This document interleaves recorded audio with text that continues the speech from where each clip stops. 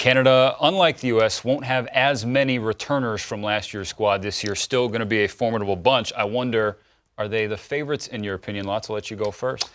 For me, they're absolutely a favorite to compete for a gold medal. Okay. We'll save that for later. But yes, they have a top-notch team. They're on home soil. It's hard to discount the Canadians in this tournament. You're right. Predictions will come. That's a yes, exactly. The key to this, the key to the whole thing as to who's the favorite, who's not the favorite, we take a look at the USA pool, right? They're in there with the Finns and the Swedes. Right. So you got 3 of the big 5 in the same thing. The whole trick, and this is what you really watch for as a fan, the whole trick is this: don't finish third in that pool, because if you do, you wind up in the crossover game against the second-place team in the other pool. That's going to be Canada or Russia. Right. And that is just not what you want on January 2nd in a one-off to see whether or not you keep playing or you go home. So if you're the U.S., if you're Finland, you're Sweden, you're thinking to yourself, 1 or 2, but not 3, that makes your path to January 5th's gold medal game that much harder. Yeah, you're absolutely right. Now you lay it out like that, that's a little terrifying. If you it is. Third in group For all B. you American fans, though, I think we'll be okay in that. Yes. I really, truly do. Okay, all right, lots. Yeah, I do.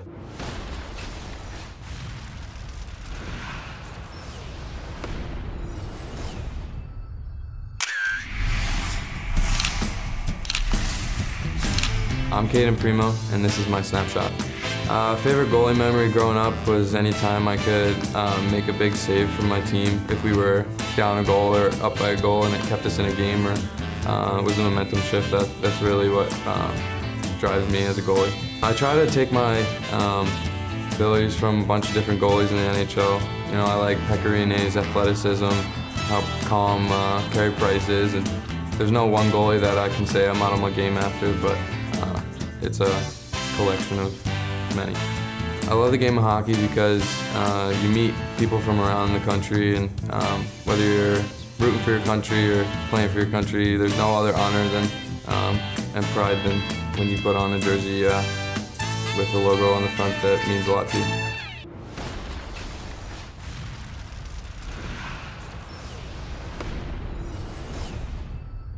I want to welcome somebody who knows these two very, very well, and Coach Mel Pearson. Hey, hashtag for you, Coach, just to get you warmed up with us. You got to love that. Go blue. Everybody looks good in blue. Starman and Lots are shaking their head. They didn't like that hashtag too much. But we loved it. We love you, Maslow. I want to start with Quinn Hughes. Anybody can look up his stats or his Wikipedia page and try to get to know him. But what can you tell us about this young prospect that the internet won't, and what he's going to bring to the table for Team USA? Well, he's a winner. He's a competitor. He tries to do too much at times, maybe for us, but he wants to win so badly. And, obviously you can tell by the stats he's very talented. But I think the biggest thing about him is he's a game changer. He really can take control of a game by himself. There's not too many players that can do that, but he's got all the attributes to be a very, very good hockey player. And obviously, I know he's very excited to have a chance to represent the team again this year at the World Junior Championships. Now, let's talk a little Josh Norris, a guy that we know went in the big trade for Erik Karlsson to the Ottawa Senators. Josh is a guy that every time I watch your games, I feel like he's been your best forward. What can you tell me about his development and what he can contribute this year to the United States' his team? Yeah, well, you're right on, Lots. He's been our best forward easily every game. I think the biggest thing with Josh this year is he's really improved his overall game. Last year he had 8 goals. He's got 10 already this year. But his confidence, you can just see it. He's worked much harder. He's improved his strength. He's improved his power. He's improved his skating. He called me this summer when he's on his way to San Jose's development camp, and he told me, Coach, I can't wait to get back. He said, I'm going to have a great year this year at Michigan, and I'm really looking forward to putting in the time this summer. And he did, and it's paid off for him. So good for him. Mel, you've coached a lot of players that have played in this tournament. Through the first half of the season, in dealing with Quinn and dealing with Josh, what have you seen them in terms of their mental preparation, physical preparation, of pacing themselves through the first half of your season, and yet looking ahead to the World Junior Tournament, but not looking too far ahead? How's their prep been getting ready for this tournament? Well, Dave, the prep's been great. And that's the thing I really appreciate about both those players. They weren't looking ahead. They came every week, worked their tails off, and played as hard as they could every night. They were our best players, I think, most nights. And, it's easy sometimes, especially as you get closer to the tournament, for players, maybe to back off a little bit and pace themselves and just get ready to go to the camp. But not these two guys. They're not wired that way. Every time they step on the ice, they want to be the best players, and they have been. Hey, Coach, this Team USA roster is well represented for the University of Michigan college hockey as a whole, but also the Big Ten, a conference you obviously know very well. Some of the other names alongside your guys, Keandre Miller, Ty Emberson, there at the University of Wisconsin, along with Sean Doogie, Evan Barrett and Sammy Walker. I imagine that you're not a huge fan of Evan Barrett based on your most recent meeting, correct? Well, he lit us up pretty good. So, but he showed me in that weekend that I really didn't know a lot about him, even though he came through the program. I hadn't recruited him. I was up at Michigan Tech at the time, but he had a phenomenal weekend against us, and he's really had a great first half. But we've played against all those guys the first half here. We just saw Sammy Walker, obviously a Dyna guy. I know Lots knows him pretty well, but great speed. He looked really good in the series we played him a couple weeks ago. And then obviously Keandre Miller, I saw him at Minnetonka High School, and I was doing some recruiting, and he was a forward back then, but I was impressed with him. So all those guys on that list will represent not only Team USA if they make the team, but the Big Ten very well. Mel, I know you know these players so well. You've coached so many of them over the year that go on to this tournament, and Michigan's always had a lot of players. But what do you think it means to the players in terms of the development as hockey players individually, and also as just people as they continue to learn how to make that next step to pro hockey? Well, it's a huge tournament. I mean, it's arguably one of the best tournaments, if not the best tournament in the world. You have the top players at this age group, other than a few guys who may be still in the NHL. But it's a big-time tournament against big-time competition. And it's such a short tournament. It's an intense tournament. So I think they get a lot out of it. And our players typically have come back from this tournament more confident, obviously more ready to go and play. And I think it's a big boost for them. So there's no doubt about it. I mean, if you can play in this tournament, you've got a pretty good chance of playing at the next level, which a lot of them do. So I know our guys are really looking forward to it. They feel Team USA is going to have a great chance to win gold this year. And Mel, lastly, just going back to Norris for a second, having seen a few of your games in the first half and playing between Slaker and Lockwood a lot, he seems to make those guys better. And as a line, they've been terrific in the games that I've watched. Can you talk me through how he makes his line mates better, what he does as a player that makes the players playing around him that much more successful? Well, I think the key, Dave, to it is that he makes them feel comfortable. Like he's the leader. He takes charge of the line, but he does it in a way that encourage the players to want to play well and to want to have a good game and to be the best line on the ice that night. I think that's the biggest thing about him. I wouldn't be surprised if he's named the captain or at least one of the assistants of this team, just with his leadership qualities. I think that's the biggest thing. He's a talented hockey player, but more so is he's a great individual, and he really gets people to follow him. And that's why I think it'd be a real good choice for a lead on this team going forward. Mel Pearson, the head coach of the Michigan Wolverines. Coach, we appreciate you hopping on here to help preview the tournament. We wish you a happy holiday, happy New Year. Thanks, guys. Happy to be with you tonight, and go USA.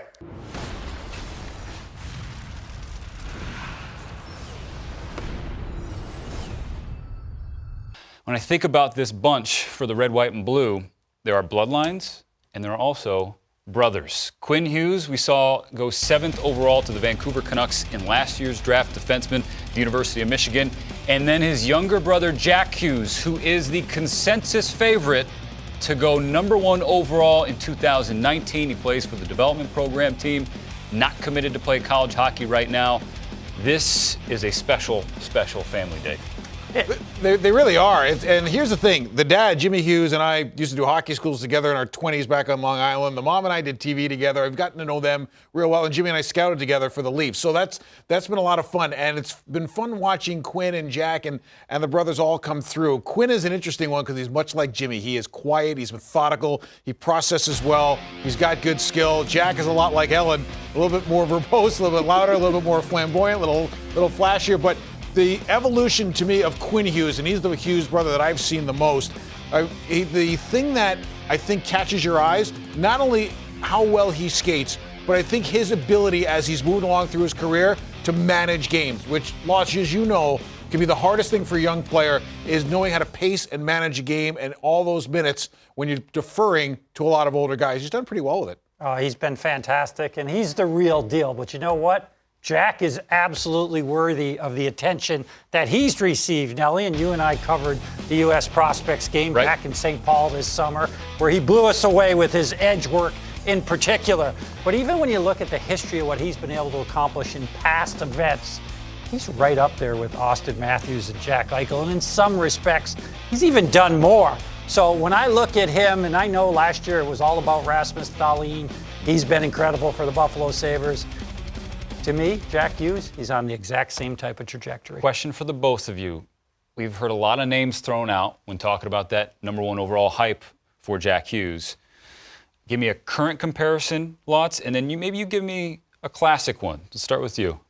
For me, he reminds me of Patrick Kane. He really does, but he's a little quicker to the net than Patrick is. Patrick has better hands, but that is a real solid comparable. That's the type of player I think you're going to get if you draft a Jack Hughes, franchise-type guy that's capable of winning championships down the road.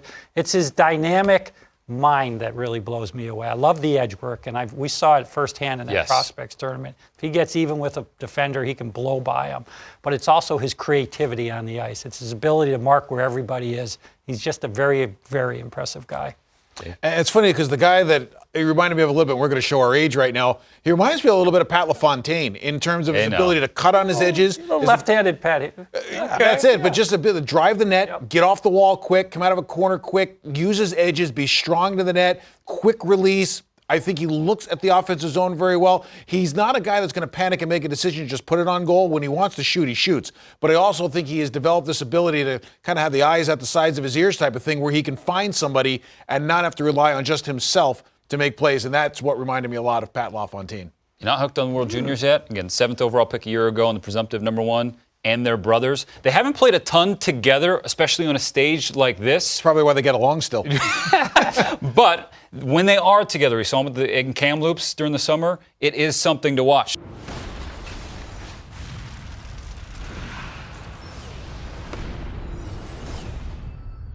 Here is the 2019 United States World Junior Championships roster. Plenty of other great hockey players and prospects around them, Lots. Yeah, there certainly are. I'm really curious to see what ends up happening with a guy like Jack Hughes. Are we going to see him with the dynamic line that we saw him last season with Joel Farabee, of course, who's plying his trade at BU, and Oliver Wahlstrom, who's at BC? I'm not so sure, Dave. I just think this is a different tournament. You're talking about older guys. I know they were dynamic together. I'm certain that we may see it for a stretch, but I don't think we'll start that way. I remember in 2015, they tried to reunite one of the lines from the National Team Development Program to surround Jack Eichel, and they had some success with it. I think Alex Tuck was on the right. I cannot remember the left wing, but I just know that they had moderate success. But sometimes what translates at one level obviously doesn't translate to the next level, which I think we'll have to take a look at. But he's the kind of player, the beauty of him is he makes players around him better. Right. And you put complementary guys with him, he'll make them better. You put impact guys around him, he'll make them better. And that's why I think watching Jack in this tournament is going to be a ton of fun. Yeah, I'm bullish on the U.S. because they've got some tremendous strength down the middle, in my opinion, with Hughes, Norris, Paling, guys that are really capable of dominating in the circle. And some kids who have some recognizable names growing up in hockey households that maybe some would expect to be in a place like this, producing ahead of the 2019 World Juniors. Evan Barrett, though, has really shot onto the scene in 2019 for the Penn State Nittany Lions. You look at the points leaders in college hockey, right at the top is the Chicago Blackhawks prospect, Dave. The one thing about Barrett, I talked to his head coach, Guy Godowski, a bit. I've gotten to see Evan play a couple times this year, and boy, does he have fun playing. That whole line, they love being at the rink, they love playing together, they love talking hockey, they love just being a part of it. They're all rink rats, and those rink rats tend to be impact players because of the amount of time they spend at the rink. But I think the key to his game is he plays fast, he plays loose, he plays hard. He's got a little bit of a grit factor, but he's also got that high-impact skill factor, and he's a perfect fit for the Big Ten, which is a conference that has become much more offensive. Yeah, to me, he's a guy that really competes, and I would think that's what the U.S. really sees in him. He could be a top 6 forward on his team, but I don't think it's guaranteed. He could also slot into a third-line role with that compete level and do a nice job also. So I'm curious to see how he's used in the end. The beauty of him is he plays in a program under Godowski that stresses offense. Godowski wants him going. He wants a ton of offense. Guy is one of those coaches that will openly tell you he doesn't mind winning 8-7. And if Barrett winds up with 5 points of those 8, he's had a really good night. So that's the key for him. He knows one way to play, and that is offensive, and that is a huge thing in his favor. 90th overall selection in 2017 of the Chicago Blackhawks was Evan Barrett. Now, Dave, we heard lots talk about the line reuniting with Hughes and Wallstrom and Farabee. Is there another group, another threesome that catches your eye? Well, there's a couple of different guys that catch you. Whether or not they wind up together, Okay. we'll see how this plays out. But one guy that's really caught my attention to start with is Ryan Poehling. And he's a guy that I've obviously got to know well since he's the draft choice of the Montreal Canadiens. He's a quiet, understated guy in the room, but on the ice, his impact can be felt in a couple of different ways. Number one is he is a really good puck distributor. He is just as comfortable distributing the puck as he is putting the puck on goal. Number two is his game off the puck, to me, in the 3 years that he's been at St. Cloud State in the NCHC, his stick skills in terms of getting pucks back have really improved. Kind of like Connor McDavid, when we were all looking at Connor McDavid and getting excited about him and how good he is at picking pockets and coming back. Poehling's developed that part of his game. He rarely loses a stick battle. He's been great on the wall. And then when he wins those battles, he's able to put the puck in good spaces, and he gets line mates ignited. Really happy with the way Ryan's played in the first half. And then mention recognizable names, a couple of them on that graphic there, Drury and Madden. Well, Drury is one of those guys that he is so composed. For a young player, it's the one thing that stood out to Harvard and their head coach, Ted Donato, who knows the Drury family very well. The one thing that stood out was how composed he was on the ice, how composed he was as a player. Teddy said to me when they talked to him during the recruiting process, they couldn't believe this 16-year-old acted more like a man than he did a kid, and obviously he's got the offensive skill to go with it. And then you take a look at Tyler Madden. I love how Jim Madigan at Northeastern described him. He said, this is a kid that loves to be in the mix. Where the puck's in a hard area, he's there. Puck's in front of the net, he's there. He's got grit, he's got high compete, he's got good offensive skill, and my new favorite slogan, he plays in the soup. And that's the kind of player that he is, and I credit Coach Madigan for that too. Just as much, too. Absolutely he does.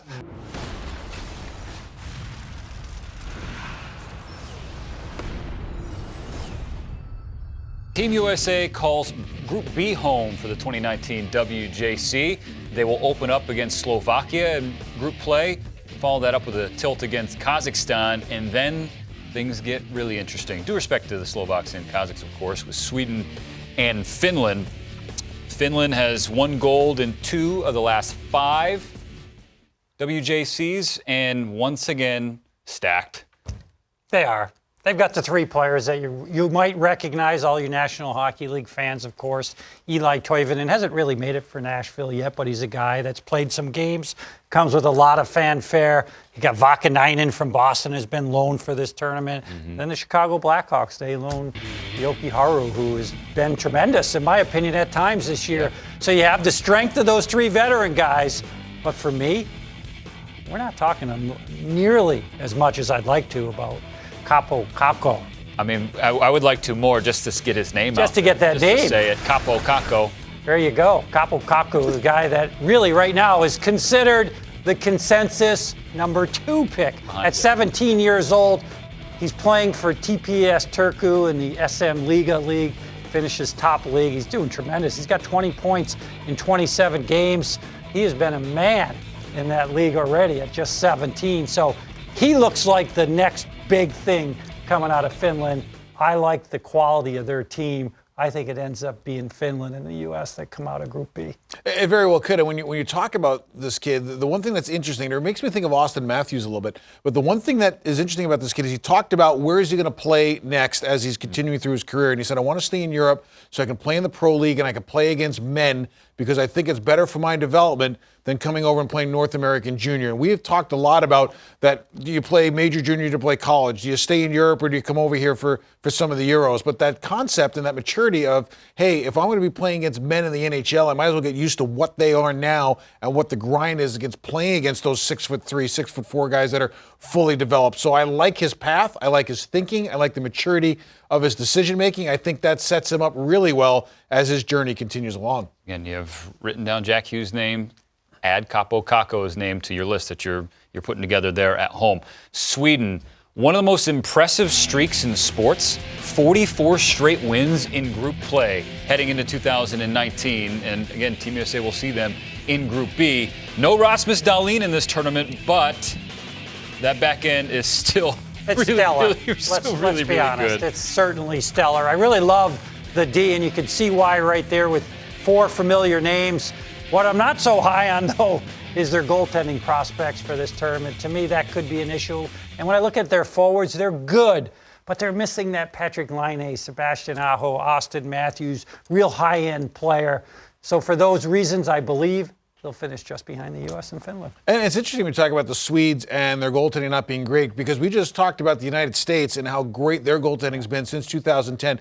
The Swedes' goaltending has always been good, but you can never look back and say, wow, it was phenomenal. Right. 1 year it was, but it's never had the wow factor that Finland's had, Canada's had, the U.S. has had, even the Russians have had in a couple of those years. So yeah, I certainly think that could turn into an Achilles heel. But I've done 11 World Juniors, or 10 World Juniors. This will be my 11th. I've never seen Sweden lose a round-robin game, yet they've only got 1 gold medal. So it breaks down as the tournament goes on. And what wins you big-time tournaments? Right. Goaltending. And it's a short tournament. Somebody could get hot for them, and that view could completely change. But as it stands right now, that was my number one concern. I totally agree. Yep. Finland, certainly. Sweden probably in that contender conversation for a medal in 2019. Sweden did medal in 2018, but team wasn't super thrilled about it. It was a silver medal. It wasn't a shining moment for some young men that night, taking the medal off. I mean, thinking it might not be a good souvenir for the rest of their life. That's a mistake. So I'll just throw it in the crowd. Some lucky fan. And he was the only guy, to be fair, Elias Anderson, that threw it. The Rangers threw it into the crowd. But there you go. I won. That was one of the crazier moments I've ever seen in a World Junior Tournament. Certainly the most memorable. As a player, you have any issues with that? I'm not too particularly keen on it. I understand it shows a lot of things, but character that doesn't come to the top of my He's a competitor, gold or bust. Yeah, look, I understand that he wanted to win a gold medal, but at the same time, I don't care who you are. You're not going to win every game. Not if you make it to the National Hockey League, so you better learn to deal with it.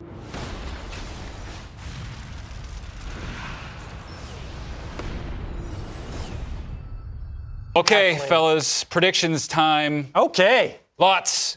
Bronze, silver, gold. Okay, bronze, I'm going to go with Finland. I think they have an excellent team, but I think they're going to fall just short.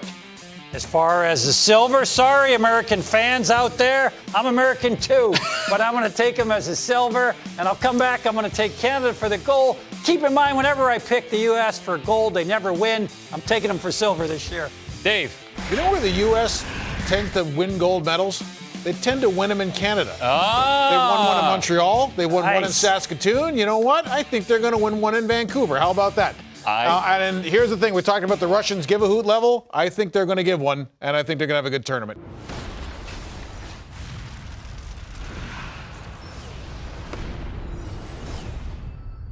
Well, how about Group A? Canada seeking back-to-back gold medals and another one on home soil. They're joined by the Czech Republic, Denmark, the Russians, and the Swiss in Group A. It's funny, we talk about this tournament, and we want to hammer home the point to the hockey fan out there that this is the next wave of the NHL. A lot of guys who were participating last year, we're not going to see this year. For the U.S., Brady Tkachuk. For Sweden, Rasmus Dahlin, Svechnikov. For Russia. For Canada, Robert Thomas, Michael Rasmussen, a couple of NHL prospects. Alex Formanton was going to play. Got injured. Got injured. That being said, the Canadians, they're not lacking. No. Skill. No, they never are. And there's always players that are eligible that aren't playing. But it doesn't matter. They still come up with, in my opinion, the deepest team year in and year out for the most part. And a couple of guys that I would highlight were first-round picks, top 15 picks last year for that matter. Evan Bouchard and Noah Dobson. I just think this gives them tremendous strength on the back end. Two guys that are really accomplished. Obviously, we saw Bouchard in Edmonton. I thought he did a nice job. He played some games there this year before he was sent back to junior, and he's going to bring a wealth of experience to them. But yeah, Suzuki, Frost, Glass, names that hockey fans know from the draft.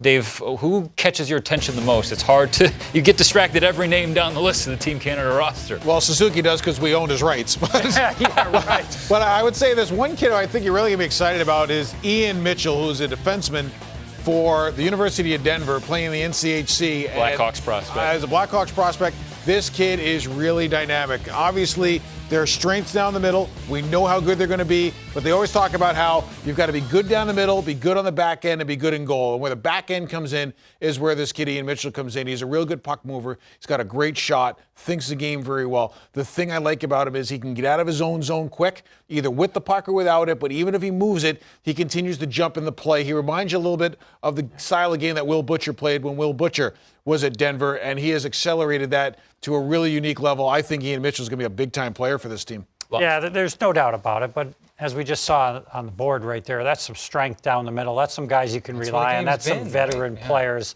Canada is fraught with first-round picks up and down. They just have so much experience, so much confidence, and when you put them on home soil, they're even that much more formidable. So I love everything about their team. Tim Hunter's going to have his hands full because there's always a lot of pressure to win in Canada, but the players generally respond very well there. Speaking about first-round picks, we highlighted that Jack Hughes could be 1-1 in 2019. Capo Caco could be the second overall pick. It's never too early for 2020, right? Canada's got... No, it isn't. When you look at what prospect Alexis Lafreniere has been able to do in the QHL, it's really been a revelation. I quite frankly was a little bit surprised that he'd even be able to make this team at this stage in his development.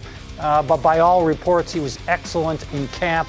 He's a guy that may not see as much ice time right off the hop, but I think by the end of the tournament, you're going to see him playing a regular shift and contributing in a meaningful way. He is a dynamic player. And, you know, there are a couple of guys who got into this tournament in recent years that were not draft eligible. They were the year after, who tended to have fairly good tournaments. And we'll think of Rasmus Dahlin and Austin Matthews, both #1 overall picks. So it just goes to show, even if you're still delayed a year with that late birthday thing, you can have a big impact on this tournament coming in not being draft eligible. Yeah, we haven't even talked about a guy like Owen Tippett, what he brings. Cody Glass, obviously, another guy. I mean, they've just got all kinds of weaponry available to them. Looking elsewhere in Group A, you have the Russians and you have the Czech Republic. The Czech's going to have a 6th overall pick in Zadina and a 12th overall pick in Nakash. Anybody want to take, who wants the Czechs, who wants the Russians? Well, when it comes to the Czechs, they're going to be able to field one of the best lines, not unlike the Colorado Avalanche, but when you talk about Nekash and you talk about Kaut, the Colorado pick, and then you add him in with Filip Zadina, these are guys that have played together in the past in this tournament and been dynamic. So why would I think that wouldn't be the case this year? The rest of the team, the depth's not really there, but I wouldn't quite count them out. They may surprise people. And when you talk about the Russians are always interesting because if their give-a-hoot level is up, they become a really tough team. But sometimes it's not there. And the funny part about it is, think back to 2011 with the Russians. Every game they played, I felt like they were down by 3 or 4 goals, including the gold medal game, and they won it. So that was a weird year for that Russian team. But every year, it just seems like when they show up to play, they are a really hard out. But there are some nights you watch them play, and it just befuddles your mind because there's great skill on the ice, they're well coached, and yet sometimes they just don't put out the effort. So which Russian team shows up on a game-by-game basis determines how far that team goes and what kind of thorn in the side of the rest of the Big Five they become.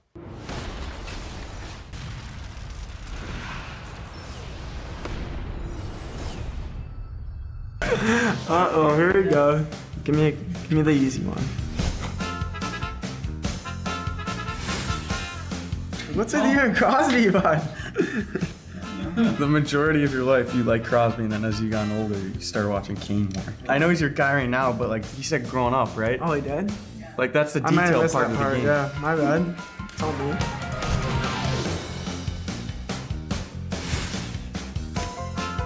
Yeah. I only know that one from Kamloops because you do like a million different things every time you play it. Like, no routine whatsoever. Just keep it light.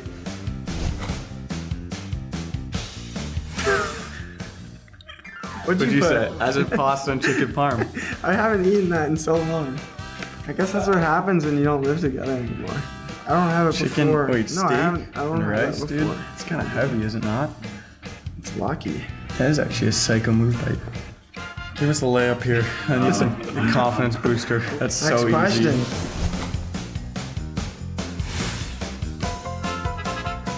Go. Go, baby! There's a lot. I'm gonna go, can I go 2? Jack, I'm talking to Jack. I just want to look at his board. So are you thinking like I'm thinking like old time or like you're thinking right now? right now. Okay. I know, but I'm trying Just a to. popular guy, too many, eh? Okay. That's his teammate at Michigan. Michigan. Back in the day. Back in the day. Nailed it. Oh, nice.